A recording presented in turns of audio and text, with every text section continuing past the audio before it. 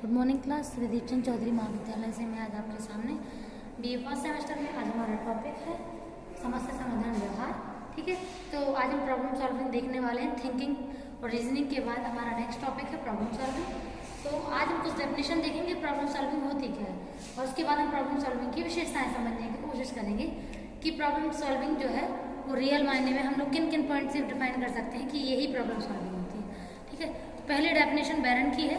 तो बैरन ने क्या बोला है, बैरन ने 1972 के अनुसार बताया है कि समस्या समाधान विभिन्न अनुक्रियाओं को करने और उनमें से चुनने का प्रयास सम्मिलित होता है ताकि वांछित लक्ष्यों की प्राप्ति की जा सके। मतलब जिस लक्ष्य की प्राप्ति करने के लिए हम समस्या समाधान कर रहे हैं, तो हम क्या करते हैं, हम कई सारे अनुक्रियाएं करते हैं, कई सारे पॉइंट चुनते हैं और उनमें से जो हमें सबसे बेस्ट लगता है उसके द्वारा हम अपनी समस्या का समाधान करते हैं। तो पहले बहुत सारे पॉइंट को हम लोग तथ्यों को या बहुत सारे क्या बोलते हैं फैक्ट्स को इकट्ठा करते हैं और हमें जो लगता है कि हाँ ये सबसे बढ़िया तरीके से प्रॉब्लम सॉल्व कर सकता है, उसको चुन करके हम उससे प्रॉब्लम सॉल्व करते हैं। ठीक है, तो ये बैरन के अनुसार कहना है। नेक्स्ट है बिटिंग और विलियम थर्ड की। इनने 1984 में डेफिनेशन के अनुसार इन्होंने बोला है कि समस्या का समाधान का अर्थ होता है बाधाओं को दूर करने और लक्ष्यों की ओर पहुंचने के लिए चिंतन प्रक्रियाओं का उपयोग करना। यानी कि अपने बीच में जो अड़ंगे आ रहे हैं, जो बीच बीच में प्रॉब्लम्स आ रही हैं, जो बाधाएं आ रही हैं, तो उनको खत्म करना भी प्रॉब्लम सॉल्विंग है। और जिस लक्ष्य को पाना आप चाहते हैं, उसको पाने की ओर कदम बढ़ाना, उसके लिए हमेशा तैयार रहना, हमेशा उसकी ओर उन्मुख रह के कार्य करना, ये भी समस्या समाधान है। ठीक है, तो दोनों ही चीजें समस्या समाधान कहलाती हैं। थर्ड हमारी जो डेफिनेशन है आइजेंक की है।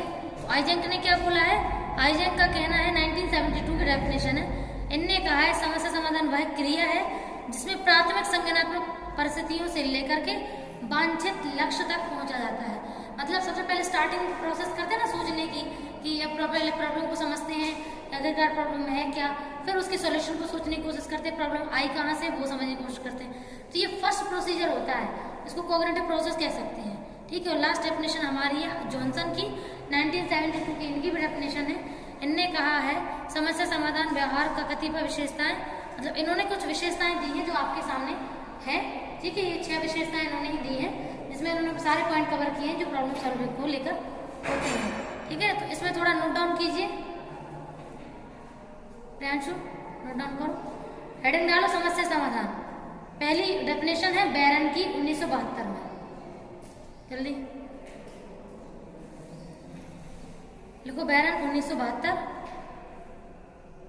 फर्स्ट डेफिनेशन लिखो इसी में, समस्या समाधान में विभिन्न अनुक्रियाओं को करने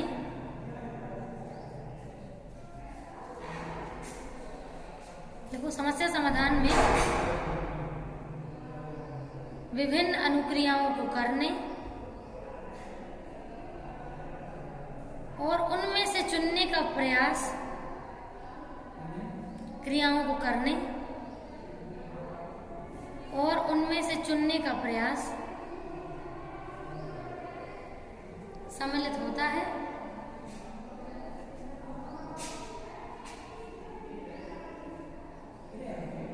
हाँ, चुनने का प्रयास सम्मिलित होता है ताकि वांछित लक्ष्यों की प्राप्ति हो सके, लक्ष्यों की प्राप्ति हो सके। वांछित मतलब जो आप पाना चाहते हैं, जो आपका मन है, जो आपकी मर्जी है। नेक्स्ट डेफिनेशन लिखो बिटिक और विलियम थर्ड 1984।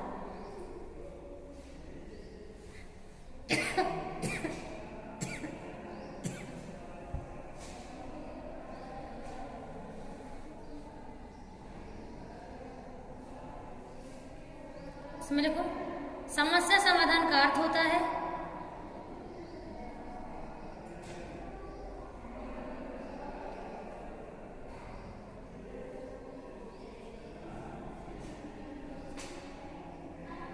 बाधाओं को दूर करने और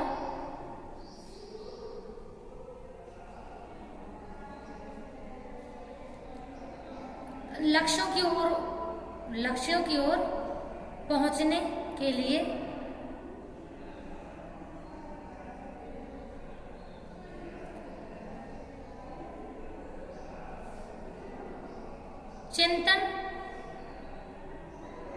का उपयोग करना होता है।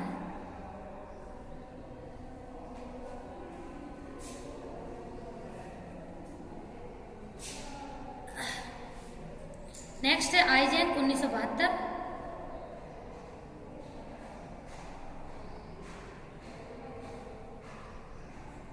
समस्या समाधान वह प्रक्रिया है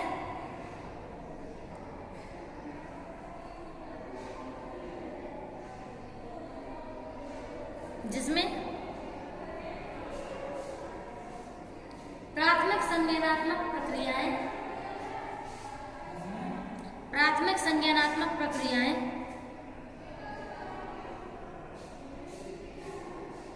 प्रक्रिया की जगह लिखो परिस्थितियां से लेकर वांछित लक्ष्य तक पहुंचना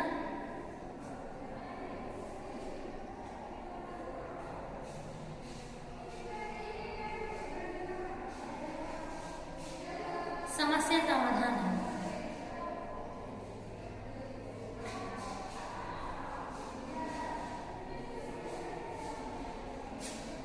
ठीक है, अब नेक्स्ट है जॉनसन 1972। इनने कुछ नहीं है, ये जो विशेषताएं ये इन्होंने दी हैं, इसमें लिखो कुछ निम्न विशेषताएं जॉनसन के द्वारा दी गई हैं जो इस प्रकार हैं।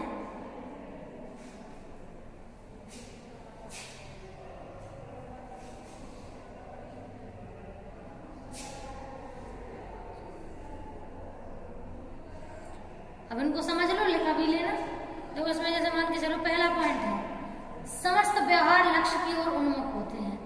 मतलब आप जो भी व्यवहार करते हैं, जैसे कभी प्रॉब्लम सॉल्व करते हो तो कभी ऐसा हुआ है कि कोई प्रॉब्लम है ही नहीं, सोल्यूशन कर रहे हो उसका, तो यानी कि जो भी व्यवहार आप कर रहे हो वो लक्ष्य की ओर होता है, कोई ना कोई लक्ष्य जरूर होता है। इसमें लिखो पॉइंट, प्राणी के समस्त व्यवहार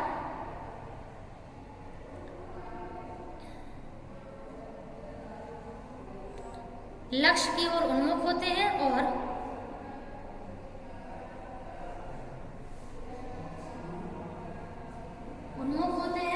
और उनमें निरंतरता पाई जाती है।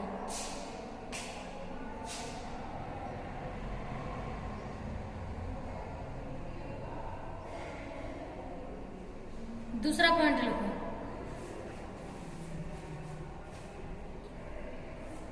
लक्ष्य प्राप्ति के बाद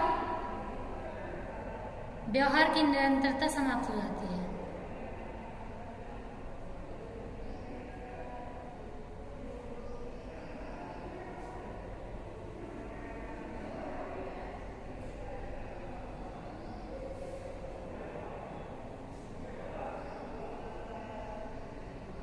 इस पॉइंट को समझो।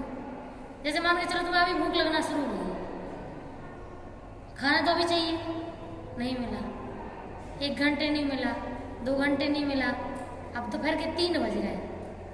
अब बताओ, तुमको अंदर से लगेगा ना कि अब बहुत ज़्यादा नीड है खाने की, लग रहा है ऐसा? तो जब आपके पास सामने खाना अवेलेबल नहीं हो पा रहा है तो इसका मतलब क्या है कि आपके लिए समस्या है। अभी नहीं, अभी क्लास दूसरी चल रही है, 12 बजे आना, ठीक है। तो अब जैसे मान के चलो आपको खाना नहीं मिल पा रहा किसी कारण की वजह से, तो समस्या है आपके लिए। क्यों? क्योंकि आपको खाना चाहिए। समाधान कौन है? खाना। और भूख क्या है? समस्या। अब आपको 3 बजे तक नहीं मिल रही, 4 बजे तक नहीं मिल रही, मान लो 4 बजे आपको खाना मिल गया, आपने खाना खाना शुरू कर दिया। पहले स्पीड ज़्यादा होती है तेज भूख में, धीमे धीमे जैसे जैसे पेट बढ़ता जाता है स्पीड क्या हो जाती है? कम हो जाती है। और पेट जब बिल्कुल फुल हो जाता है तब क्या होता है?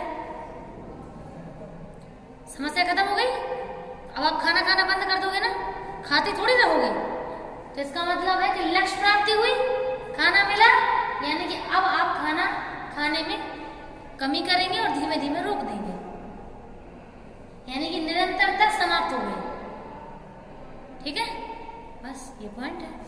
नेक्स्ट पॉइंट लिखिए थर्ड, एक ही प्राणी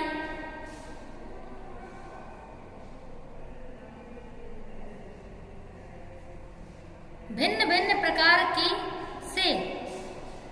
भिन्न प्रकार से अनुक्रियाएं करके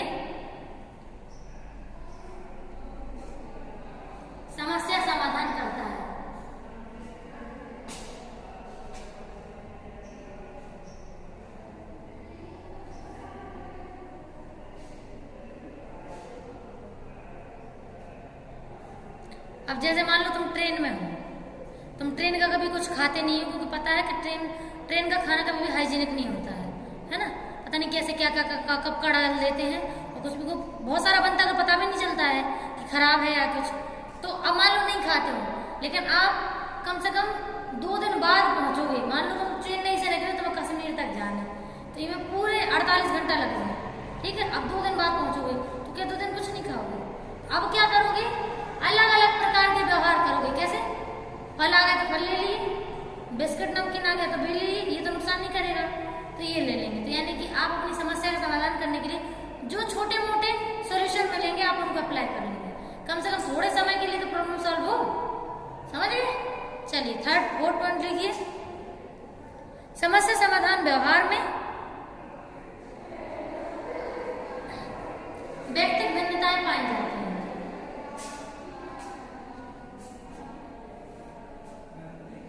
व्यक्तिगत भिन्नताएं पाई जाती हैं।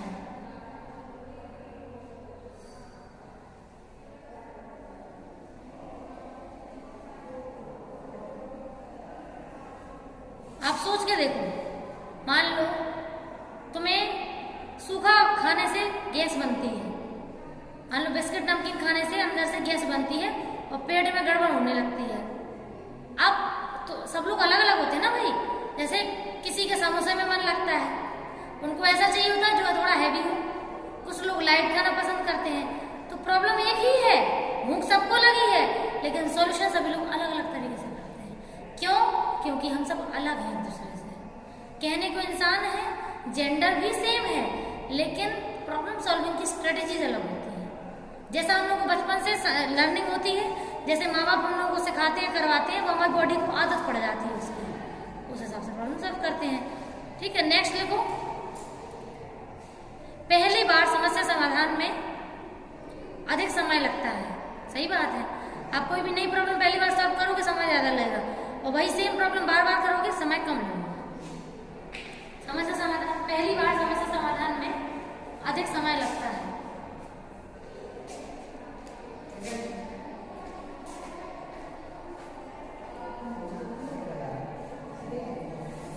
लास्ट पॉइंट लिखो।